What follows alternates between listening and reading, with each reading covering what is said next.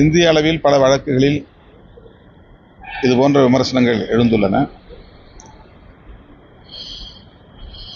இந்திய ஒன்றிய அரசு நீதிமன்ற நடவடிக்கைகளில் தலையிடுகின்றன என்கிற விமர்சனங்கள் உண்டு.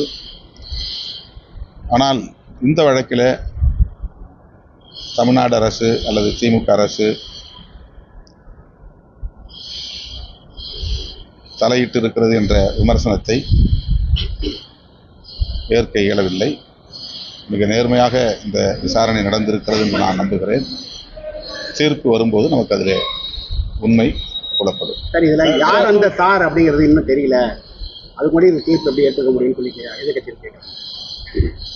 அது புலனாய்வில் தெரிய வேண்டிய விஷயம். நீதிமன்றத்தில் எது ஆதாரமாக காட்டப்படுகிறதோ, எது சாட்சியங்களாக எவை சாட்சியங்களாக முன்னிறுத்தப்படுகின்றனவோ அவற்றை வைத்து தீர்ப்பு வழங்கப்படும். குற்றவாளிகள் யார் யாரை சேர்ப்பது என்பதெல்லாம் புலனாய்வு தொடர்பான விவரங்கள்.